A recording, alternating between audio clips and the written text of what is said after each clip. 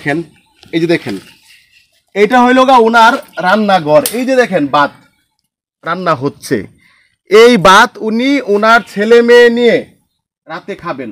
আসসালামু আলাইকুম, আমি দাঁড়িয়ে আছি বর্তমান ময়মনসিংহ জেলার গফরগাঁও থানার গফরগাঁও ইউনিয়নের সিপান গ্রামে। আমার সাথে একজন মস্ত বড় মানুষ দাঁড়িয়ে আছেন, উনি সম্পর্কে আমার ভাই হয়। আর ওনার নাম কি ওনার নিজের মুখেই বলবেন।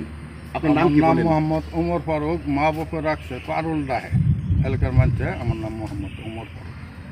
আপনি কি ভালো আছেন? আলহামদুলিল্লাহ আমি ভালোই আছি। বর্তমান সময়ে আপনি কি করেন বলেন? আমি করার কিছু নাই। আমার ফকরুদ্দিন আমল আমি অ্যাক্সিডেন্ট হয়েছিলাম, আমি কমল লইয়া নিয়ে কোনো কাজকাম করতাম পারি না। আপনার ছেলে মেয়ে কয়জন? এক মেয়ে এক ছেলে। ছেলেটাও প্রতিবন্ধী, মেয়েটা অন্যর বাসার কাজ করে। আপনার ওয়াইফ কি বেঁচে আছে না মারা গেছে? আমার ওয়াইফ মারা গেছে 15 বছর আগে। বর্তমান সময়ে আপনাকে রান্না বান্না করে কে দেয়? আমার রান্না বান্না দুই সন্তান আমারই কাজ করে খাওয়ান লাগে, আমি বাচ্চা করি। উনি আসলে খুব মানবতর জীবনযাপন করতেছেন। অনেক দিন আগে উনি একটি ঘর করেছিলেন, চৌকির অভাবে গড়ে উঠতে পারে নাই। আমার সাথে যোগাযোগ করেছিলেন, আমি একটি চৌকির ব্যবস্থা করে দিছিলাম, ওনাকে সঙ্গে 10 কেজি চাল দিছিলাম। তারপর থেকেই ওনার প্রতি একটা নজর আমার থাকে। আমি চেষ্টা করি, উনি কোনো ফোন ব্যবহার করেন না। অনেক সময় ওনার বাড়িতে ওনাকে খুঁজতে আসি, আইসা পাই না। ওনার স্ত্রী মারা গেছেন অনেক আগেই। ওনার নিজের মুখে উনি বলেছেন একটি ছেলে এবং একটি মেয়েকে নিয়ে উনি এই বাড়িতে থাকেন। উনি নিজে রান্না বান্না করেন, ছেলে মেয়েকে খাওয়ান এবং নিজে খান। ওনার রান্নাঘরটা আপনাদেরকে একটু দেখাই। দেখেন, এই যে দেখেন, এইটা হইল গা ওনার রান্নাঘর। এই যে দেখেন ভাত রান্না হচ্ছে, এই ভাত উনি ওনার ছেলে মেয়ে নিয়ে রাতে খাবেন। বর্তমান সময়ে উনি কোনো কর্ম করতে পারেন না, কারণ ওনার কোমরে সমস্যা। আপনার হাইট জানি কত? উচ্চতা 6 ফুট 4 ইঞ্চি। ওনার বর্তমান উচ্চতা রয়েছে 6 ফুট 4 ইঞ্চি। বয়সকালে কি আর একটু বেশি ছিল? আরো 2 ইঞ্চি বেশি আছে। যৌবনকালে আরেকটু উচ্চতা ছিলেন। উনি সারা জীবন মাটির কাজ করছেন, কোদাল মারছেন। কোদাল মারতে মারতে ওনার কোমরে সমস্যা, উনি একবার দেয়ালের নিচে পড়ে গেছিলেন না? অন্যের বাড়িতে দেয়ালের কাজ করতে যায় দেয়ালের নিচে পড়ে গেছিলেন। তারপর থেকেই উনি কাজকর্ম করতে পারেন না।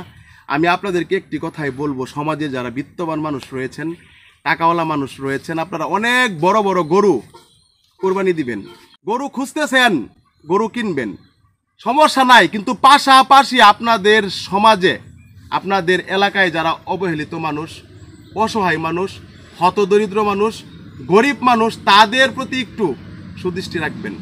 আপনারা তাদেরকে মাংস দিবেন অল্প একটু, সবাই একটু একটু দিলে অনেক হয়ে যায়, তা ঠিক আছে। কিন্তু ওনাদের বাজার প্রয়োজন আছে, চাল ডাল তেল, এইগুলো যদি জোগান না দেন বা জোগান না থাকে, তাহলে মাংস দিয়া কোনো লাভ নাই। সেই লক্ষ্যে আমি এই পারো ভাইয়ের জন্য কিছু ঈদ সামগ্রী বাজার ওনার বাড়িতে নিয়ে হাজির হয়েছি। কি নিয়ে আসলাম একটু দেখাই। এখানে রয়েছে পেঁয়াজ, এখানে ভাতের চাল, রসুন, ডাল, পোলায়ের চাল, চিনি, সেমাই, নুডলস, এখানে রয়েছে আপনার 4 জাতের মশলা, তারপরে এখানে আদা, তেল, তেজপাতা, লবণ। পারো ভাই, এটাই তো ঈদের বাজার না? এর বাইরে যেটা লাগবে সেটা গরুর মাংস। মাংস তো এলাকার লোকজন দিবে, তাই না? আমি আপনাদেরকে একটি কথাই বলবো, আমি কাদেরকে নিয়ে কাজ করি আপনারা বারবার ভিডিওতে দেখতেছেন। সবাই সবার পরিবারের প্রতি যেরকম খেয়াল রাখতেছেন, আপনার আশপাশে যারা অবহেলিত মানুষ, অসহায় মানুষ, হতদরিদ্র মানুষ, তাদের প্রতি আপনারা খেয়াল রাখবেন। আরও ঈদের কয়েকদিন বাকি আছে, আমাকে আপনারা সহযোগিতা করবেন। আমি চেষ্টা করব প্রত্যেকটা অসহায় মানুষের দুয়ারে যেন এরকম একটি ঈদ সামগ্রী নিয়ে হাজির হইতে পারি, সাময়িক তাদেরকে খুশি করতে পারি। আর ওনার রান্নাঘরের যে কন্ডিশন দেখেন, আমার একটা প্ল্যান আছে, একটা পরিকল্পনা আছে, আপনাদেরকে বলে রাখি। দেখেন, উনি অনেক উঁচা মানুষ, এই ঘরে ঢুইকা রান্না করতে ওনার অনেক কষ্ট হয়। আমরা ওনাকে একটি চালা দিয়া একটা রান্নাঘর একটু বড় সড়ো করে দিব, ওপেন থাকবে, উপরে থাকবে শুধু চাল আর খুঁটি থাকবে ফিলারের। ইনশাল্লাহ ঈদ যাওয়ার পরে পারু ভাই আমি এই সিদ্ধান্তটা গ্রহণ করব। কেমন হয় এটা করলে? ভালোই হয়। ভালোই হয়। কষ্ট কমবে না? ঈদের পরে ইনশাল্লাহ আপনাদেরকে আমি মেসেজ দিব, আপনাদেরকে জানাবো উনার জন্য 4টা পিলার দিয়ে আমি একটা রান্নাঘর তৈরি করে দিব। উনি উঁচা মানুষ, যেন উনি স্বাচ্ছন্দ্যে এই রান্নাঘরে বসে রান্না করতে পারেন, উনি উনার ছেলে মেয়েকে নিয়ে খেয়ে পরে বেঁচে থাকতে পারেন একটু ভালোভাবে। সবাই ভালো থাকবেন, সুস্থ থাকবেন, আমার জন্য দোয়া করবেন। আমি আপনাদের জন্য দোয়া করি।